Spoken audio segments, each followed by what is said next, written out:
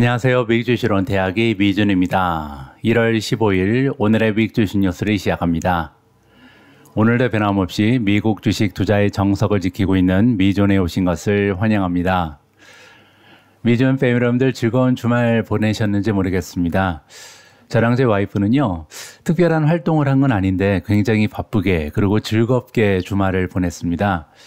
다가오는 여름 휴가를 계획하고 예약까지 다 마무리를 했거든요. 그러다 보니까 토요일, 일요일 이렇게 이틀이 훌쩍 가더라고요. 이번에는 오래간만에 동남아 쪽으로 여행을 가기로 했습니다. 그래서 이제 항공편도 예약을 하고요. 또 숙소도 찾아서 예약하고 또 휴가 기간 동안 아이들의 프로그램도 짜다 보니까 정말 시간 가는 줄 모르고 즐겁게 주말을 보냈습니다. 1년 중에 우리가 휴가를 떠날 수 있는 기간은 정해져 있죠. 물론 이제 일상생활이 훨씬 더 깁니다. 하지만 그럼에도 불구하고 우리가 휴가 기간에만 행복할 수 있는 건 아니거든요. 휴가를 계획하고 준비하고 또 기다리는 기간도 우리는 충분히 행복할 수 있다고 생각을 합니다. 저희 부부가 그랬던 것처럼 어제 1년 중에 가장 좀 행복한 휴가 기간을 상상하면서 그리고 여러 가지 예약을 진행하면서 굉장히 즐거운 시간을 보낼 수 있었고요. 또 7월 달에 다가오는 휴가를 기다리는 하루 한우가 또 즐거운 마음으로 가득 찰 수 있다고 생각을 합니다. 우리가 진행하고 있는 투자도 마찬가지가 아닐까 합니다. 투자를 진행하다 보면 결국은 10년, 20년 이후에 우리가 경제적인 자유를 얻을 수 있을 것이다. 이렇게 기다리는 기간, 희망을 가지고 하루하루 정진하는 기간 자체가 즐거운 투자의 과정이 아닌가 개인적으로 판단합니다. 따라서 우리가 투자를 하는 이유는요, 정말로 몇백 % 수익을 내면서 부자가 되는 그 순간 때문이 아니고요. 이렇게 희망을 가지고 하루하루 즐겁게 보낼 수 있다는 그 과정 때문이 아닌가 저는 개인적으로 판단합니다. 오늘 하루도 이 방송을 함께 해주시는 모든 분들께서 미국 주식 투자의 과정을 즐기시면서 건강한 투자 활동을 이어나가셨으면 합니다. 자, 그러면 1월 15일 보내드리는 오늘의 미국 주식 뉴스 바로 시작합니다. 월요일 방송입니다. 오늘도 지난주 미국 증시의 시황부터 정리해 보도록 하겠습니다. finviz.com의 S&P 500 맵을 보시면요, 한눈에 딱 봐도 지난주에는 메가테크 기업들이 주도하는 장세였구나 이렇게 정리가 가능하겠죠. S&P 500은 일주일 동안 1.7% 좋은 추세를 만들어냈고요. 나스닥은 굉장히 좋았습니다. 한 주간 2.8% 지수가 급등하는 추세를 보여줬고요. 다음은 4차 산업혁명 성장주의 성적인데요.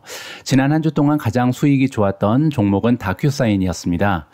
다큐사인을 인수하고 싶어하는 사모펀드가 2개나 된다. 따라서 경쟁이 과열화되고 있다. 이러한 뉴스가 퍼지면서 16.3% 한 주 동안 주가가 상승을 했고요.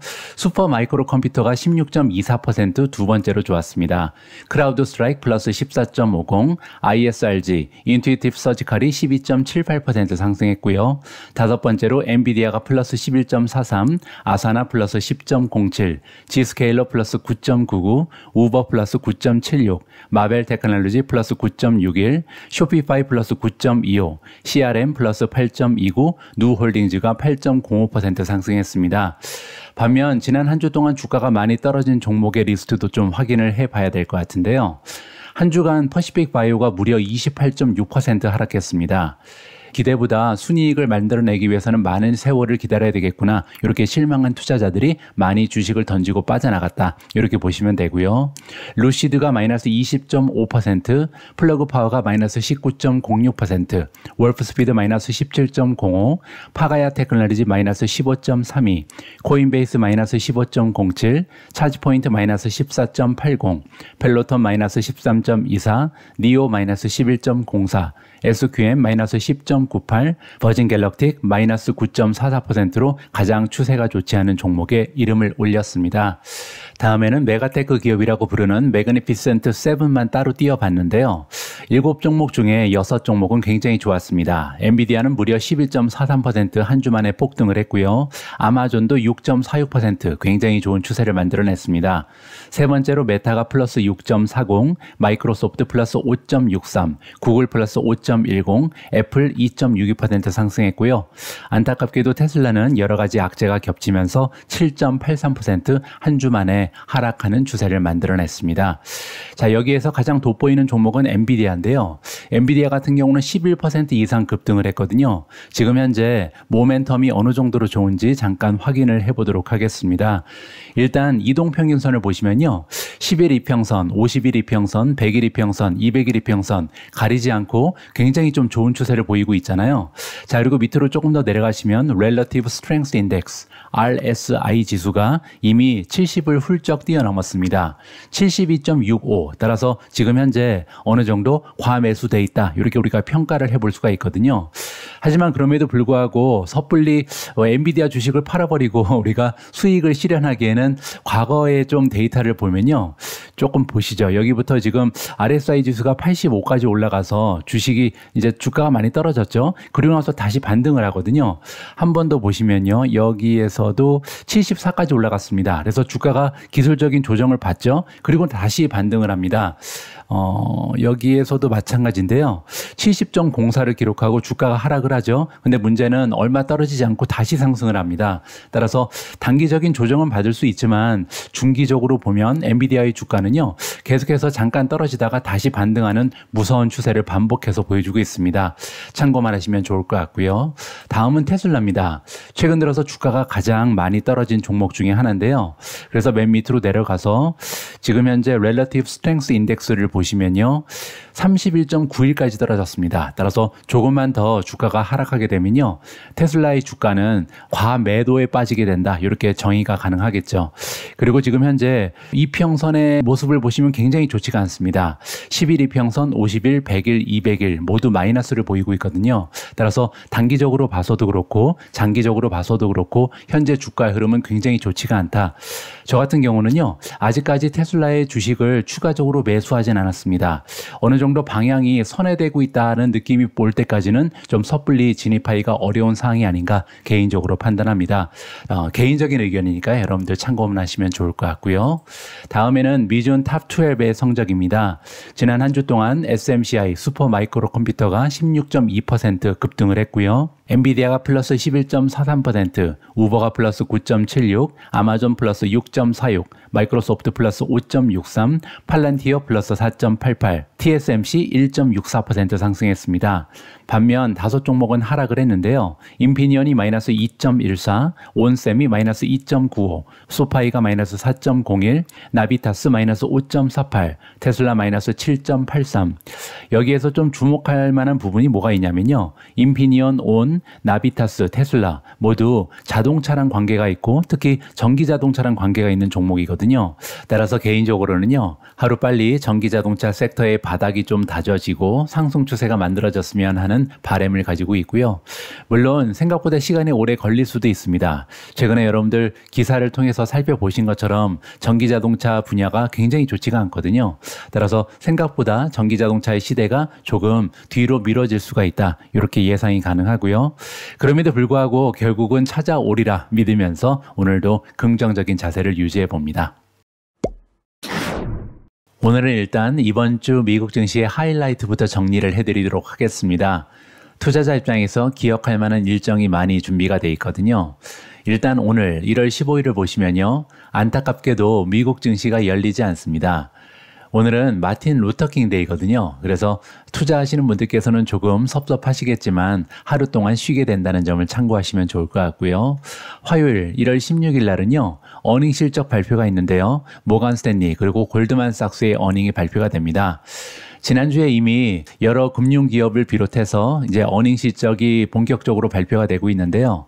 이번 어닝 실적은 굉장히 중요합니다. 앞으로 다가오는 미래에는 실적 장세가 펼쳐질 가능성이 굉장히 높기 때문인데요. 아무래도 리세션에 빠져들 가능성이 높다. 이러한 우려가 대두되고 있는 상황이기 때문에 실적이 그 어느 때보다 중요하다. 이 점을 좀 기억할 필요가 있습니다.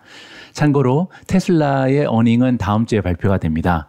수요일 날은 1월 17일 어닝 실적 발표가 있고요. 프롤로지스, 찰스 슈왑 그리고 US 방콕 같은 금융기업이 계속해서 어닝을 발표하게 되고요. 주목할 만한 부분은요. 바로 3 삼성입니다. 삼성이 갤럭시 언팩 행사를 개최하는데요. 이번 행사는 연휴 때보다 굉장히 좀 많은 투자자들의 관심이 집중되고 있는데요. 그 이유는 뭐냐면 S24 갤럭시 시리즈의 신제품을 선보일 뿐만 아니라 드디어 갤럭시 AI를 공개한다. 이 점이 이제 굉장히 특이한 점이죠. 따라서 스마트폰이 드디어 인공지능을 탑재하기 시작한다. 이 점에 좀 역사적인 의미를 부여할 필요가 있고요. 8시 반에 12월 리테일 세일즈 레포트가 발표가 됩니다. 아까 잠깐 언급드린 것처럼 이번에 세일즈 레포트는 굉장히 중요합니다. 왜냐하면 경제가 둔화된다는 느낌이 들 수도 있거든요. 따라서 경제학자들은 전월 대비해서 0.4% 추가적으로 증가할 것이다. 이렇게 보고 있는데요. 과연 이 정도의 성장을 보여줄 수 있을지 투자자 입장에서는 관심이 대두되는 부분입니다. 다음은 목요일입니다. 1월 18일이고요. 투자자 이벤트가 여러 개 준비가 되어 있는데요. 대표적으로 인투이트, 마이크론 테크놀로지, 코스트코의 연례 회의가 포함되어 있습니다. 이 중에서도 저는 개인적으로요, 마이크론 테크놀로지의 연례 행사가 굉장히 좀 기다려집니다. 왜냐하면 최근 들어서 메모리 반도체가 드디어 반등을 시작한다. 이러한 뉴스가 많이 보이잖아요. 따라서 실제적으로 마이크론 테크놀로지는 어떠한 이야기를 할지 좀 관심을 가지고 지켜볼 필요가 있을 것 같고요. 이번 주 목요일 날은요, 또한 썰카나라는 회사에서 연말 쇼핑 시즌의 대부분을 포함하는 기간, 즉 11월 26일부터 12월 30일 사이에 미국 비디오 게임 결과를 발표할 예정입니다. 따라서 어떤 기업이 얼마나 많은 게임 관련된 하드웨어를 판매했는지 파악할 수 있는 소중한 기회가 마련이 되겠죠. 여러분들 중에 혹시 마이크로소프트라든지 소니, 테이크2 인터랙티브, 로블록스에 투자하시는 분들께서는 관심을 가지고 지켜볼 만한 결과다. 이렇게 보실 수가 있고요. 마지막 금요일입니다. 1월 19일 날은요, 스피릿 리얼티 캐피탈의 주주들이 리얼티 인컴 인수제안에 대한 투표를 진행합니다. 따라서 과연 이 스피릿 리얼티 캐피탈이 리얼티 인컴에 인수될 것인가 결과가 나오는 날이다. 이렇게 보시면 되고요. 그리고 또한 오전 10시에는요, 미시간 소비자 심리조사 1월 수치가 발표된다. 참고하시면 좋을 것 같습니다. 지난주 금요일 날은 시장에 긍정적인 뉴스 하나가 전해졌는데요. 바로 12월 PPI 결과였습니다. PPI는 프로듀서 프라이스 인덱스라고 부르는 생산자 물가 지수죠. 목요일날 발표된 소비자 물가 지수가 생각보다 굉장히 높게 형성이 돼서 걱정이 좀 많았었는데요. 다행히 PPI는 상반된 결과를 보고했습니다. 자세한 수치를 한번 확인해 보시죠. 미국의 생산자 물가지수 PPI가 12월에 하락세를 이어나갔다. 따라서 트레이더 입장에서는 올해 연방준비제도 이사회가 금리를 얼마나 공격적으로 인하할지에 대한 베팅을 늘리고 있다. 따라서 시장에는 굉장히 긍정적인 영향이 발휘가 됐다. 이렇게 정리해주고 있습니다. 금요일 노동부의 자료에 따르면요, 생산자 물가지수는 0.1% 하락하면서 2020년 이후 최장 기간, 즉 3개월 연속 하락을 기록했습니다. 그리고 식품과 에너지를 제외한 근원 PPI는요, 3개월 동안 거의 변동이 없었습니다. 연간 기준으로 보면요, 근원 PPI는 1.8% 상승하는 데 그쳤거든요. 따라서 2020년 말 이후에 가장 작은 상승폭을 기록했다. 이렇게 정리가 가능합니다.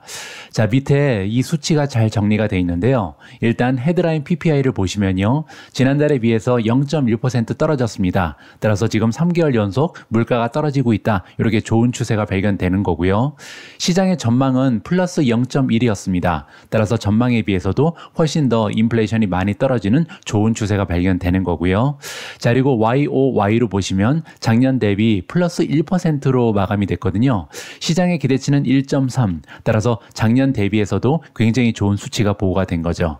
다음에는 식품과 에너지를 제외한 근원 PPI를 보시면요, 0.0%가 보고가 됐습니다. 시장의 전망은 0.2% 플러스였기 때문에 전망치보다 낮은 인플레이션 수치가 발표됐다. 이렇게 보시면 되고요. 다음은 작년과 비교했을 때 근원 PPI는 플러스 1.8입니다. 따라서 2% 아래로 떨어졌죠. 그리고 시장의 전망치는 2.0이었기 때문에 전반적으로 시장의 예상치에 비해서 훨씬 더 양호한 수치가 지난주 금요일날 보고됐다. 이렇게 정리가 가능합니다. 따라서 주식 선물은요, PPI 발표 이후에 손실을 줄였고 결국은 상승으로 마감을 했고요. 2년물 국채 수익률은 5월 이후 최저 수준으로 떨어졌습니다. 따라서 주식은 올라가고 국채 수익률은 떨어지는 굉장히 좋은 추세가 발견이 되는 거죠. 또한 트레이더들은 연준이 3월에 금리 인하를 시작할 것이다라는데 베팅을 늘렸다. 이렇게 보시면 되겠습니다. 여러분 참고로 연준과 월가의 경제학자들이 PPI 보고서를 분석하는 이유 중에 하나는요. 포트폴리오 관리라든지 의료 관련 항목을 포함한 여러 가지 범주가요. 연준이 선호하는 인플레이션 지표인 개인 소비 지출, 우리가 PCE라고 부르는 거죠. PC 물가지수를 파악하는 데 도움이 된다라고 합니다. 따라서 PPI가 좋은 수치를 발표하게 되면 얼마 있지 않아서 PCE도 같은 추세를 만들어낼 가능성이 높다. 이렇게 기대를 해볼 수가 있는 거죠. 한 가지 걸리는 점은 목요일날 발표된 CPI 소비자 물가지수는 상반되는 결과가 보고가 됐죠. 12월 소비자 물가지수는요. 3개월 만에 가장 큰 폭으로 상승한 것으로 나타났습니다. 따라서 인플레이션이 잘 잡히지 않는다. 이러한 우려를 시장에 안겨주는 데 충분한 수치였고요. 또 한 가지는요. 예멘의 후티 반군입니다. 미국과 영국이 예멘의 후티 반군 목표물을 공습한 이후에 유가가 상승한 것처럼 지정학적인 상황도 이러한 인플레이션 하락의 진전을 둔화시킬 위험이 있다. 이렇게 우리가 예상을 해볼 수가 있겠죠. 자, 그럼에도 불구하고 최근 들어서 PPI가 계속해서 뚝뚝 떨어진다는 것은 굉장히 커다란 위안이 될 수가 있겠습니다. 그리고요, PPI는 CPI를 선행한다. 이러한 그 정설이 있거든요. 따라서 다가오는 미래에는 CPI 역시도 PPI를 따라서 뚝뚝 떨어질 가능성이 높다. 이렇게 긍정적으로 예상을 해볼 수가 있겠습니다. 오늘 미준 방송은 협력사 아정당과 함께합니다. 여러분, 약정 끝난 인터넷 정수기 가만히 두면 손해라는 거 아셨나요? 인터넷 가전 렌탈 부분 가입자 수 1위 대리점 아정당에 전화 한 통이면 최대 77만 원을 설치 당일 받으실 수 있습니다. 특히 이 지원금은 방통위의 경품 고시제에 따른 합법적인 지원금인데요.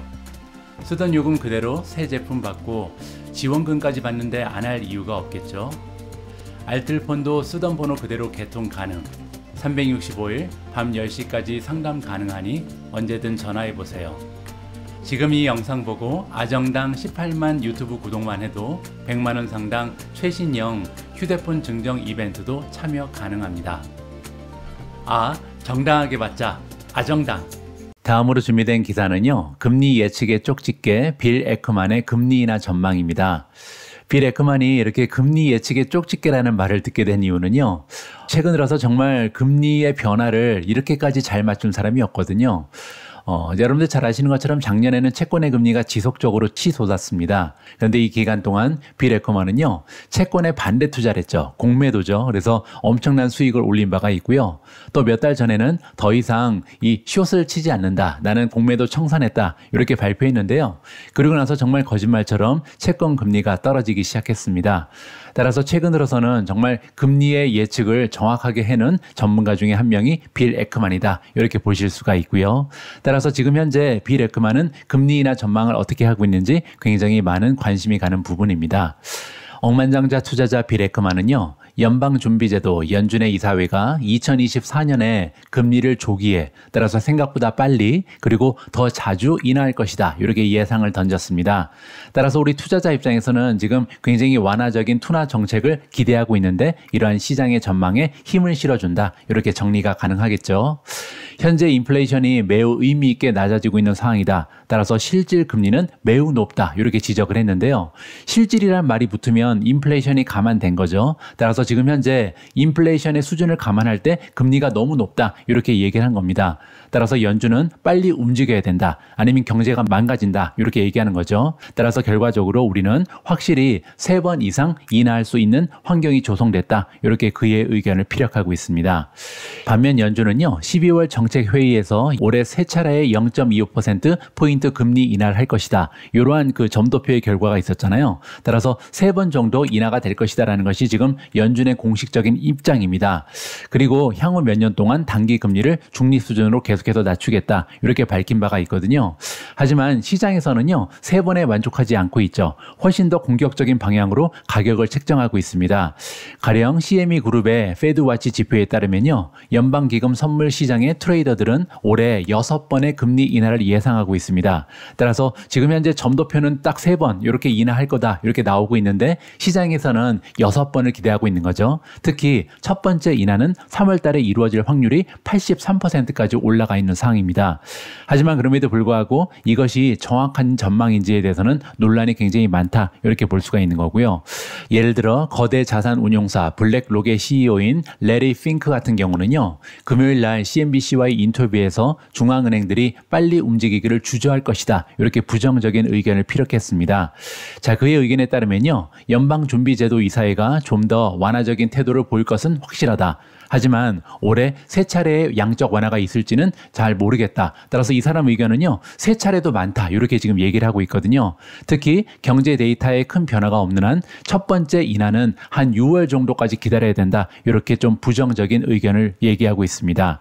따라서 빌 에크만 그리고 레리 핑크는 조금 상반된 의견을 가지고 있다, 이렇게 정리가 가능하겠죠.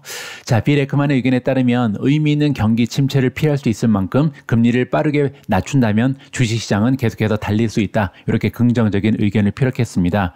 따라서 중요한 거는요, 과연 리세션을 피할 수 있는가 피할 수 없는가, 이 부분이라고 생각을 하고요.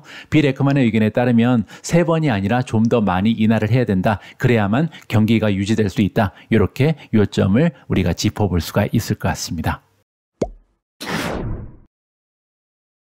다음으로 준비된 기사에는 시가총액 1위 기업이 등장을 합니다. 자, 그런데 그 타이틀이 마이크로소프트로 넘어갔거든요. 마이크로소프트가 드디어 애플을 제치고 세계에서 가장 가치 있는 상장 기업으로 등극했다라는 반가운 소식이 전달되고 있습니다. 마이크로소프트가 아이폰 제조업체인 애플을 제치고 금요일 미국 증시에서 세계에서 가장 가치 있는 상장 기업의 자리로 올라서면서 섹션을 마감했습니다. 자, 목요일 장중에도 잠깐 애플을 제치고 1위를 차지했다, 제가 이 소식은 금요일 방송에서 전해드렸잖아요. 자, 그런데 장중이 아니라 금요일 날은 장이 마감되는 시점에서도 1위 기업으로 등극했다, 이렇게 보시면 됩니다. 마이크로소프트의 주가는요, 한 주 동안 3% 이상 올라가면서 시가총액이 2조 8,900억 달러로 증가했고요. 애플의 주가는 3% 이상 하락하면서 2조 8,700억 달러로 떨어졌습니다. 최근 들어서 애플 주식 평가를 하향 조정하는 애널리스트가 많이 발견이 되는데요. 예를 들어서 레드번에서 일하고 있는 제임스 코드웰 같은 경우는요, 수요일 날 애플의 주식을 매수해서 중립으로 하향 조정했습니다. 그러면서 이제 두 가지 정도의 이유를 제시했는데요. 첫 번째는 아이폰 성장이 정체되고 있다, 향후 몇 년 동안 상승 여지가 거의 없다, 굉장히 좋지 않은 얘기를 했고요. 또한 3월 분기 실적이 예상보다 부진할 것이다, 따라서 단기적으로도 좋지 않고요, 중기적으로도 상승 여지가 없다, 굉장히 최악의 이야기를 했다라고 정리가 가능합니다. 자, 반면 마이크로소프트는요, 목요일 날 샌프란시스코에서 열린 행사에서 개발자들에게 자사의 인공지능 기능을 설명하면서 시장의 신뢰를 공고히 하고 있다. 따라서 지금 인공지능 하면 떠오르는 기업이요, 거의 마이크로소프트, 엔비디아 이렇게 압축되고 있잖아요. 따라서 인공지능 최대의 수혜주로 주가가 계속해서 상승할 수 있는 발판을 맞이하고 있다, 이렇게 우리가 정리해 볼 수가 있겠습니다. 파이퍼 샌들러의 애널리스트들은요, 고객에게 보낸 메모에서 마이크로소프트에 대해서 이렇게 얘기했습니다. 가장 성숙한 AI 제품에 대한 모멘텀에 고무되었다, 굉장히 좀 인상 깊었다, 이렇게 얘기하는 거죠. 또한 3개월 연속으로 깃허브 웹사이트의 트래픽이 전년 대비 증가했다. 깃허브는요, 마이크로소프트의 자회사입니다. 따라서 애널리스트들은 마이크로소프트의 주식에 대해서 매수 등급을 부여하고 있다, 이렇게 보시면 되고요. 참고로 애플은 사우디의 아람코 그리고 마이크로소프트에게 잠시 1등 자리를 좀 물려준 적이 있었는데요. 그러고 나서 다시 반등을 하면서 1년 넘게 가장 세계에서 가치 있는 상장 기업의 자리를 지키고 있었습니다. 따라서 이번에 이제 2등으로 미끄러 떨어졌는데 이게 영구적으로 2위 기업이 되느냐, 아니면 애플이 다시 치고 올라갈 수 있는가, 이 부분에 대한 관심이 고조되고 있습니다. 지금 현재 1월 14일 기준으로요, 전 세계 기업 시가총액 순위를 한번 살펴보면 재미있을 것 같습니다. 자, 1위에 마이크로소프트가 당당 올라갔고요. 2.887 트릴리언이라는 시가총액을 기록하고 있습니다. 2위는 애플이고요. 차이는 거의 없죠. 2.874. 3위가 사우디 아람코, 4위는 알파벳이고요. 5위가 아마존, 6위는 엔비디아, 7위가 메타 플랫폼스, 8위가 버크셔 스웨이, 9위가 테슬라, 10위는 일라이 릴리, 11위는 비자, 12위는 TSMC고요. 13위 브로드컴, 14위가 JP 모간, 마지막으로 15위에 유나이티드 헬스가 랭킹되어 있습니다. 자, 과연 이런 순위가 앞으로 어떻게 변하게 될지 계속해서 지켜보면 재미가 있을 것 같습니다. 다음에는 전기자동차 관련된 아티클입니다. 최근 들어서 전기자동차 관련 종목들의 주가 흐름이 굉장히 좋지가 않죠. 따라서 많은 투자자분들이 좀 가슴앓이를 하고 계신데요. 이렇게 공포감이 확산되고 있는 전기자동차 섹터에서 가장 추천을 받고 있는 주식은 어떤 종목들이 있는지 이번 기사를 통해서 들어보면 좋을 것 같습니다. 미국의 4분기 전기차 판매량은요, 전년 대비 40% 증가한 31만 7,168대를 기록했습니다. 하지만 이 수치는 3분기에 49% 성장률에 비해서 둔화된 속도이다. 따라서 성장세가 둔화되고 있다. 이렇게 부정적으로 해석이 가능하고요. 전분기 비해서는요, 거의 성장이 없었습니다. 1.3% 증가하는데 그쳤다. 이렇게 볼 수가 있고요. 제가 한번 리서치를 해봤더니 4분기에 판매된 31만 7,168대는요. 전체 판매된 자동차의 8.1%입니다. 한 가지 다행인 점은요, 8.1%면 거의 역대 최고 기록이다. 따라서 아직까지는 전기차 침투율이 10%가 되지 않지만 8.2%는 여태까지 발표된 분기 실적에서는 최고의 침투율을 기록하고 있다. 따라서 다소 둔화된 느낌은 있지만요, 전기자동차로의 이전은 계속해서 진행되고 있다. 이 점을 확인해 볼 수가 있었습니다. 전기차 관련해서 2024년 초반은요, 최악입니다. 여러 가지 문제, 이슈가 겹치고 있는데요.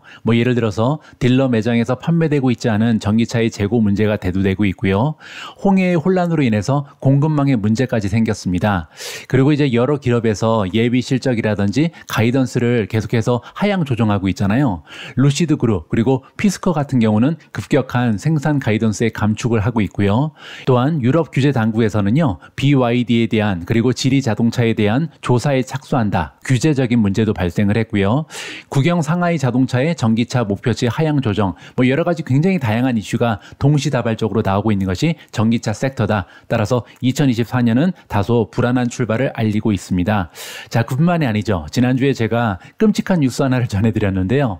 허츠라는 세계적으로 유명한 렌트카 기업에서 개솔린 자동차를 구매하기 위해서 전기차의 3분의 1을 매각한다. 이렇게 발표를 했거든요. 따라서 당분간 전기차의 시대는 오지 않을 수도 있다. 이렇게 불안감이 조성되고 있는 거죠. 전기차 부분은 또 다른 잠재적인 타격을 받았다. 이렇게 정리가 가능합니다. 이 거대 렌트카 업체 허츠는요, 전기차를 팔아버리는 이유를 이렇게 설명하고 있습니다. 일단 전기차에 대한 수요가 감소하고 있다. 이 얘기는요, 렌트를 잘 하지 않는다는 거죠. 아직까지는 소비자들이 렌트카를 고를 때 전기차보다는 내연기관을 선호한다. 주행 거리라든지 아니면 충전 문제 때문이다. 이렇게 우리가 짐작을 해볼 수가 있고요. 또 한 가지는 수리 비용입니다. 따라서 허츠 입장에서는 망가지는 부분이 생기면, 사고가 생기면요, 수리를 해야 되는데 이 비용이 2배 정도 더 든다. 이렇게 발표를 했잖아요. 따라서 전기차에서 내연기관으로 다시 돌아간다. 이렇게 이유를 설명하고 있습니다. 자, 모간 스탠리가 나옵니다. 전통적으로 이제 테슬라에 대해서 긍정적인 평가를 해주고 있는 이러한 애널리스트인데요. 자, 아담 조나스가 얘기하기를 허츠 글로벌이 약 6만 대의 차량을 보유한 세계 최대 규모의 전기차 운영업체 중에 하나다. 이렇게 언급을 했고요. 따라서 이 회사가 충돌, 수리, 기타 운영 비용 그리고 잔존 가치와 관련해서 겪고 있는 문제는요, 전기차 업체 전반에 대한 경고로 받아들여야 된다. 굉장히 부정적으로 해석을 해주고 있습니다. 특히 2만 대 이상의 전기차가 중고차 시장으로 떠나면 이제 조나스가 보기에는요, 전기차 시장 전체의 중고차 가치에 대해서 굉장히 부정적인 압력을 가할 가능성이 높다. 한꺼번에 너무나 많은 자동차가 이제 중고차 시장으로 들어온다는 거죠. 그렇게 되면 중고차 가격이 떨어질 가능성이 높고요. 그렇게 되면 신차 가격 역시도 추가적으로 하락시켜야 팔릴 가능성이 있다. 이렇게 부정적으로 연쇄적인 효과를 우리가 짐작을 해볼 수가 있을 것 같습니다. 따라서 모간 스탠리의 애널리스트들은요, 전기자동차 산업에 대한 도전적인 해가 다가올수록, 따라서 계속해서 안 좋은 시기가 도래할수록 시장이 더 좁아지고요. 그렇게 되면 소수의 승자가 남을 가능성이 높다. 파산하는 기업이 많이 나타날 수 있다는 거죠. 따라서 모간 스탠리는 그 와중에서도 테슬라가 가장 좋은 주식이다라는 입장을 고수하고 있습니다. 따라서 테슬라에 대해서 매수 의견을 다시 한번 유지했고요. 그 이유는요, 여기 다시 한번 설명돼 있죠. 도조 슈퍼컴퓨터, 옵티머스 로봇, 그리고 엣지 AI, 전기차 인프라 발표, 신모델 출시, 이렇게 잠재적인 촉매대가 많이 준비되어 있다. 따라서 테슬라는요, 반등할 수 있는 여지가 많이 남아있다. 이렇게 지금 이야기를 하고 있습니다. 자, 그리고 테슬라는 과거에도요, 여러 가지 부정적인 뉴스에 탄력적으로 대응하면서 지난 5년 동안 무려 880%나 상승을 한 적이 있다. 따라서 최근 들어서 악재가 너무나 많이 겹치고 있지만 과거의 주가 흐름을 봤을 때도 부정적인 뉴스를 뉴스를 이겨내고 계속해서 우상향했던 주식이 테슬라다. 이렇게 긍정적인 전망을 제시하고 있습니다. 자, 한편 니담 같은 경우는요. RIT 재고 조사에서 강력한 결과를 확인했다라고 얘기하고요. 견고한 RIT 그리고 RIS 수요 추세에 주목하면서 리비안을 추천하고 있습니다. 컨빅션 리스트 추천 종목으로 유지했다. 따라서 지금 현재 탑픽 중에 하나가 바로 리비안이다. 이렇게 얘기하고 있는 거고요. 자, 이렇게 리비안을 좋게 보는 이유가 뭐냐면 리비안의 중고차 가격이요. 니덤의 최신 전기차 가격 추적 조사에 따르면 동종 업체보다 더 잘 유지된다. 이렇게 지금 이야기하고 있습니다. 따라서 중고차 가격이 잘 떨어지지 않는다는 거죠. 자, 그리고 글로벌 측면에서는 BYD를 추천하고 있는 것 같은데요. 계속해서 애널리스트들한테 깊은 인상을 주고 있다. 그리고 인구 기준으로 세계에서 네 번째로 커다란 국가, 즉 인도네시아의 전기자동차 판매를 시작한 점, 이게 굉장히 고무적이다. 이렇게 이유를 덧붙이고 있습니다. 자, 참고로 지금 현재 퀀트 레이팅을 보시면요. 퀀트 레이팅의 결과에 따르면 5개 종목이 강력 매수를 잡고 있는데요. 첫 번째는 토요타, 두 번째는 수바루, 세 번째 닛산이고요. 네 번째는 리오토, 다섯 번째 제너럴 모터스. 이렇게 5개 종목이 퀀트 스코어를 기준으로 하면 최고의 종목으로 선정이 되고 있고요. 다음에는 시킹알파에 연계되어 있는 주식 전문 블로거들이 주는 점수를 보시면 딱 한 종목이 강력 매수입니다. 스텔란티스죠. 스텔란티스가 가장 좋은 평가를 받는 종목이다. 이렇게 보시면 되고요. 자, 그리고 월가의 전문가들이 주는 점수를 보시면 지금 5점 만점을 받는 종목이 2개 있는데요. 첫 번째는 닛산, 그리고 또 하나는 BYD입니다. 자, 그 밖에도 강력 매수가 2종목 더 있는데요. 하나는 리오토, 그리고 또 하나는 스텔란티스. 이러한 종목이 좋은 평가를 받고 있다. 이렇게 정리가 가능합니다. 다음은 반도체로 넘어갑니다. 시티라는 투자기관에서 반도체 섹터의 현장을 직접 점검해 봤더니요. 지금 현재로서는 2종목이 가장 좋아 보인다고 합니다. 그 중에서 이제 탑픽 하나가 선정이 됐는데요. 어떠한 반도체 종목을 추천하고 있는지 직접 한번 확인을 해 보시죠. 시티 리서치가 퀄컴 주식을 중립에서 매수로 상향 조정했고요. 목표 주가를 110달러에서 160달러로 크게 상향 조정했습니다. 따라서 퀄컴 주가가 금요일장에서 1% 가까이 상승을 했고요. 하지만 목표 주가가 160이면요. 지금 현재 퀄컴의 주가가 140입니다. 따라서 한 14% 정도 상승할 여지가 있다. 이렇게 해석이 가능하고요. 시티 애널리스트들은 지난주 CES 컨퍼런스 행사에서 기술 공급망을 담당하는 여러 반도체 기업들의 담당자를 만났다라고 합니다. 따라서 현장의 모습을 직접 체크해 볼 수 있는 기회가 있었던 거죠. 자, 이들은 동적 랜덤 액세스 메모리, 우리가 D램이라고 부르는 거죠. D램 시장이 지속적으로 개선되고 있다라고 얘기하고 있고요. 마이크론 테크놀로지가 가동률을 높이고 있다라고 긍정적으로 해석을 했습니다. 또한 2024년 1분기에는요. 엔비디아에서 HBM 메모리에 대한 인증을 받을 것으로 보인다. 이 뉴스가 굉장히 고무적이죠. 자, HBM은 뭐냐면요. 하이 밴드위스 메모리의 약자입니다. 초고속 메모리다. 이렇게 보시면 되는데요. 사실 초고속 메모리 반도체 시장이 앞으로 계속해서 성장할 가능성이 굉장히 높거든요. 자, 모도 인텔리전스의 분석 내용에 따르면요. 지금 현재 2024년 기준으로 이 시장의 규모는 2.52 빌리언 정도가 예상되고 있는데요. 이 수치가 5년 이후에, 즉 2029년이 되면 무려 7.95 빌리언까지 상승할 가능성이 높습니다.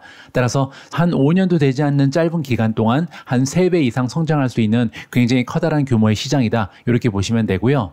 연간 성장률이 25%를 넘어간다. 이렇게 확인이 가능합니다.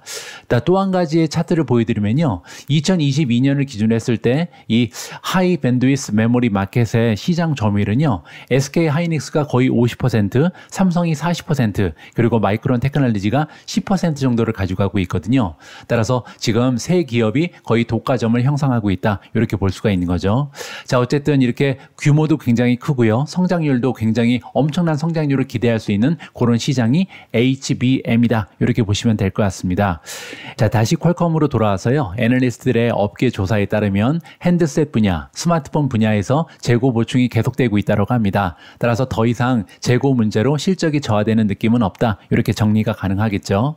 따라서 결과적으로 퀄컴의 실적, 가이던스에 상승 여력이 있을 것이다. 이렇게 정리를 해주고 있습니다. 자, 그렇기 때문에 목표 주가를 상향 조정하고 투자 의견에 매수를 제시하고 있고요. 하지만 퀄컴에는 한 가지 문제점이 있는데요. 자동차입니다. 자동차 공급망에는 더 많은 균열이 있을 것으로 보이고요. 더 많은 악재가 예상된다라고 이야기하고 있습니다. 따라서 애널리스트들은요, D램이 더 좋다라고 얘기합니다. 메모리 반도체가 지금 현재 가장 좋아 보인다. 이렇게 얘기하고 있고요. 따라서 CT의 탑픽, 마이크론에 대한 호재가 많다라고 덧붙였습니다. 특히 데이터 센터, 무선, PC 최종 시장에 재고가 감소되고 있는 부분, 그리고 가격이 상승하는 것을 고려하면요, D램 주문율에 상승 여력이 있다라고 정리를 해주고 있습니다. CT 애널리스트들은요, 마이크론이 DDR5 그리고 HBM과 같은 첨단 D램 제품의 가동률을 높이고 있는 부분을 크게 사고 있는 것 같고요. 또한 2024년 1분기에 엔비디아에서 인증을 받고 드디어 여름부터 출하를 시작할 것이다. 이렇게 예상을 하고 있습니다. 지금 현재로서는요, 사실 엔비디아가 사용하는 대부분의 HBM을 삼성전자 그리고 SK 하이닉스가 담당하고 있는데요. 드디어 일부의 비즈니스를 마이크론이 뺏어올 수 있다. 이렇게 지금 예상을 하고 있는 거죠. 자, 또한 분석가들은 자동차, 아날로그가 여전히 하락세를 보이고 있다. 그리고 더 많은 하락이 있을 가능성이 높다라고 얘기하고 있습니다. 분석가들은 따라서 마이크론 칩 테크놀로지라든지 에어 테스트 시스템즈의 가이던스를 하향 조정했고요. 자동차 최종 시장에서 몇 가지 부정적인 데이터 포인트를 확인했다라고 합니다. 산업 최종 시장이 계속 조정되고 있음을 확인했다. 따라서 자동차 반도체는 당분간 어려울 것이다. 이렇게 정리를 해주고 있는 거죠. 자, 그리고 또한 인텔이 등장하는데요. 현재 제조 로드맵을 실행하고 있다. 이 얘기는요, 파운드리에 진출을 했잖아요. 그래서 인텔이 파운드리 쪽에 계속해서 계획대로 잘 진행이 되고 있다. 이렇게 얘기하고 있고요. TSMC는 반면 2나노에서 문제를 겪고 있다라고 지적했습니다. 결과적으로요, 이들이 보기에는 인텔의 우수한 안정성 그리고 주변 장치를 고려할 때 인텔이요, AMD 그리고 TSMC와의 격차를 좁히고 시장 점유율을 회복할 수 있는 상당한 기회가 있다. 이렇게 주장을 했습니다. 따라서 반도체 설계 부분에서는 AMD와의 경쟁에서 인텔이 잘 해낼 것이다. 그리고 파운드리 쪽에서는 TSMC와의 격차를 좁힐 것이다. 두 군데 다 인텔이 잘 해낼 것이다. 이렇게 지금 주장을 하고 있는 거죠. 특히 지금 인텔은요, 배수가 아직까지 멀티플이 굉장히 낮다. 따라서 밸류에이션이 상승할 여지가 있다. 이렇게 지금 전망을 내비치고 있습니다. 전반적인 반도체 수요에 대해서는요, 중국이 여전히 걱정거리다. 재고가 너무나 많이 쌓여있다. 이렇게 얘기를 했고요.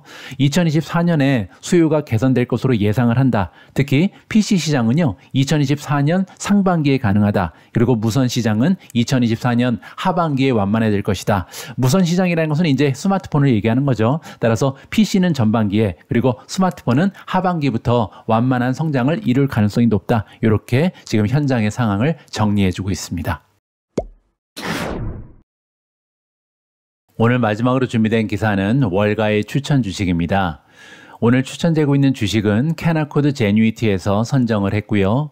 이들의 의견에 따르면 2024년 미국 증시도 인공지능이 계속해서 이끌어 나갈 것이다. 따라서 다가오는 1년간 인공지능의 탑픽 리스트에 베팅을 해라. 이렇게 투자 조언을 해주고 있습니다. 자세한 내용을 한번 읽어보시죠. 캐나코드 제뉴이티는 2024년에 펼쳐질 AI의 새로운 무대에서 조인 수익을 창출할 수 있는 몇 가지 기업을 추천하고 있습니다. 인간의 삶을 개선하고 비즈니스의 가치를 창출할 수 있는 인공지능의 잠재력이 이미 투자자들을 사로잡았다라고 주장하고 있고요. 최근에 시장 낙관론에 의미 있는 역할을 했다. 애널리스트의 이름은 수잔 앤더슨입니다. 수잔 앤더슨의 성적표를 잠깐 보여드리면요. 별 5개를 받고 있는 애널리스트입니다. 8,668명 중에 323위에 랭크가 되어 있고요. 그렇게 되면 탑 4%에 속하는 굉장히 유능한 전문가다. 이렇게 우리가 살펴볼 수가 있겠죠. 하지만 석세스 레이트는 50%가 되지 않습니다. 따라서 10개 정도 추천하면 잘해야 5개를 맞춘다. 이렇게 보시면 되고요. 대신 평균 수익률은 16%가 넘어갑니다. 자, 과연 이 전문가는 어떤 얘기를 하는지 한번 보시죠. 2024년에 접어들면서 기업들은요, AI 전략을 수립하는 것에서 ROI를 측정하고 제공하는 데 중점을 줄 것이다. 전략을 실행하는 방향으로 크게 변화할 것이다. 이렇게 주장을 하고 있습니다.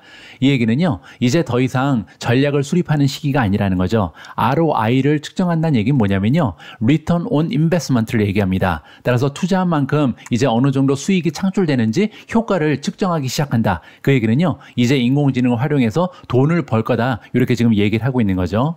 알파벳, 마이크로소프트 같은 대형 언어 모델 제조업체, 그리고 엔비디아 같은 제조업체가 2024년에도요. 인공지능 투자를 주도하면서 기술주 중심의 나스닥 종합지수를 끌어올릴 것이다. 따라서 이 전문가의 예상에 따르면요. 2024년에도 인공지능이 나스닥 지수를 끌어올릴 것이다. 기술주가 계속해서 강세를 보일 것이다. 이렇게 주장을 하는 거죠. 자, 이러한 주식이 2023년에 상승을 주도했을 수도 있지만 앤더슨이 보기에는요. AI 네이티브 애플리케이션의 폭발적인 증가의 초기 단계에 불과하다. 심지어는 빅뱅이라는 얘기를 하고 있습니다. 따라서 이제 인공지능이 폭발적으로 증가하는 빅뱅이 다가왔는데 아직은 시작에 불과하니까 지금부터 인공지능에 투자해도 늦지 않았다. 이렇게 주장을 하고 있는 거죠. 자, 다음은 AI 성장의 다음 단계를 활용할 수 있는 가장 좋은 위치에 있는 여러 분야의 기업들이다. 추천 주식이 쭉 나오고 있습니다. 첫 번째는요. 헙스폿입니다. HUBS, 두 번째는 몽고DB고요. 세 번째는 크라우드스트라이크, 네 번째는 더블 베리파이, 아마존도 등장을 하고요. 덱스콤, 그리고 일루미나, 헬스케어 종목도 나옵니다. 다음에는 독시미티, 모빌아이, 그리고 마지막으로 디어, 농업과 관련된 장비 기업도 등장을 하는데요. 이렇게 다양한 섹터에서 드디어 인공지능을 활용하면서 수익을 내기 시작할 것이다. 따라서 2024년 인공지능에 베팅해라. 이렇게 주장을 한다. 마무리가 가능합니다. 1월 15일 오늘의 밀주식 뉴스는 여기까지입니다. 오늘 방송도 함께 해주셔서 감사합니다. 여러분들 혹시 월요병을 가지고 계신지 모르겠습니다. 새로운 한 주가 시작되는 월요일이 싫으시면요. 다가오는 주말에 대한 계획을 한번 세워보시면 어떨까 합니다. 그러면 주말에 계획을 세우면서 기분도 좋아지고요. 또 하루하루 주말을 기다리는 재미도 배가 될 것 같습니다. 자, 저는 내일 다시 여러분들 투자 활동에 도움될 수 있는 다양한 정보 취합해서 다시 인사드리겠습니다. 우리 모두가 미국 주식 투자로 은퇴하는 그날까지 다 함께 화이팅입니다. 행복한 하루 되세요. 감사합니다.